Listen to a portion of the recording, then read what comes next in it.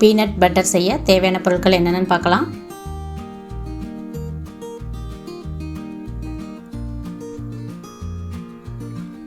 வேர்க்கடலை 200 கிராம், நாட்டு சர்க்கரை 2 டீஸ்பூன், தேன் 2 டீஸ்பூன், கடலெண்ணெய் 50 மில்லி.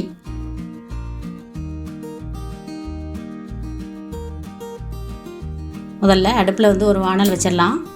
நல்லா ஹீட் ஆகட்டும். அதுக்கப்புறம் கடலை ஆட் பண்ணிட்டேன்.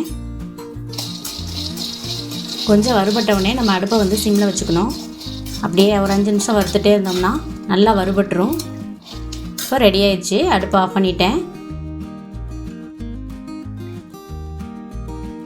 ஆறின உடனே நம்ம அதில் உள்ள தொலியை வந்து எடுக்கணும். இந்த மாதிரி கசக்கணுன்னா தொலி தனித்தனியாக வந்துடும். அதுக்கப்புறம் புடச்சி எடுத்துடணும் அந்த தொலியெல்லாம்.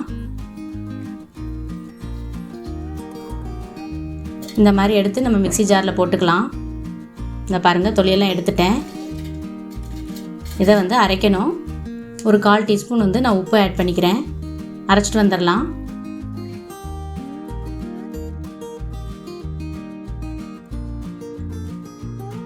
இப்போ பாருங்கள், பவுடர் மாதிரி அரைச்சிட்டேன். இந்த ஸ்டேஜில் நாட்டு சர்க்கரை, தேன் வந்து 2 டீஸ்பூன்,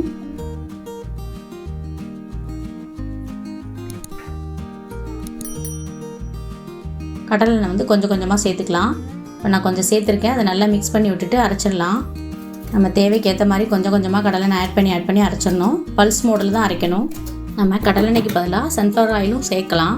ஆனால் நம்ம கடலை பருப்பு ஆட் பண்ணுறதுனால கடலெண்ணெய் சேர்த்தா அதே ஃப்ளேவர் கிடைக்கிறனால நம்ம இது சேர்த்தா தான் நல்லாயிருக்கும் டேஸ்ட்டாக. பாருங்கள் எப்படி அழகாக நைஸாக வந்திருக்குன்னு. இது பத்தாது, அதனால் நம்ம கொஞ்சம் கொஞ்சமாக கடலெண்ணெய் சேர்த்து நல்லா ஸ்மூத்தாக அரைச்சிடலாம், பேஸ்ட் மாதிரி.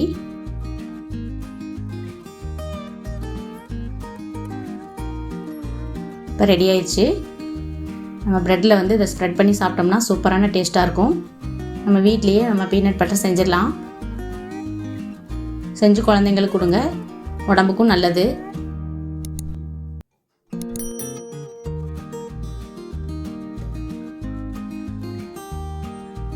இன்னும் உங்களுக்கு லூஸாக வேணும்னா கூட நம்ம கடலை ஆட் பண்ண அது வந்து பல்ஸ் மோடில் அரைச்சோன்னா நல்ல ஸ்மூத்தான பேஸ்ட் கிடைக்கும். இந்த மாதிரி ஸ்ப்ரெட் பண்ணி குழந்தைங்களுக்கு கொடுங்க, ரொம்ப சத்தானதாக இருக்கும். சத்தான பீனட் பட்டர் ரெடி.